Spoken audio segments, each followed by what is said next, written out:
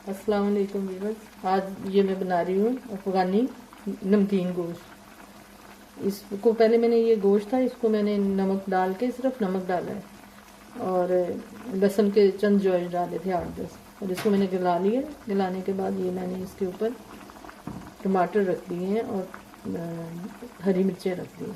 अब ये हल्की आंच पे बनेगा और ये गलेगा। ये जो टमाटर हैं, ये देखें, इनका छिलका नरम पड़ गया था। ये मैं सारा इनका छिलका उतार लूँगी।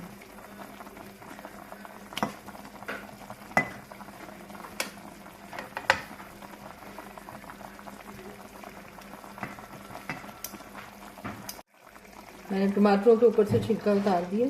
इसमें देखें, हमने चर्बी भी डाली, ये दम्बे की चर्बी डाली, और 1 किलो ये गोश्त था। गोश्त भी बिल्कुल गल गया, बिल्कुल गल चुका है।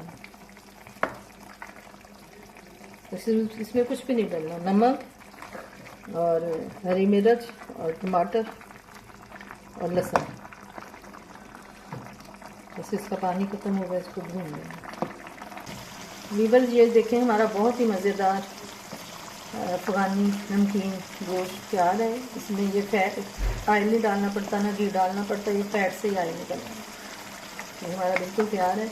अब नान के साथ खाएं, बहुत ही मज़ेदार लगेगा। अल्लाह हाफ़िज़।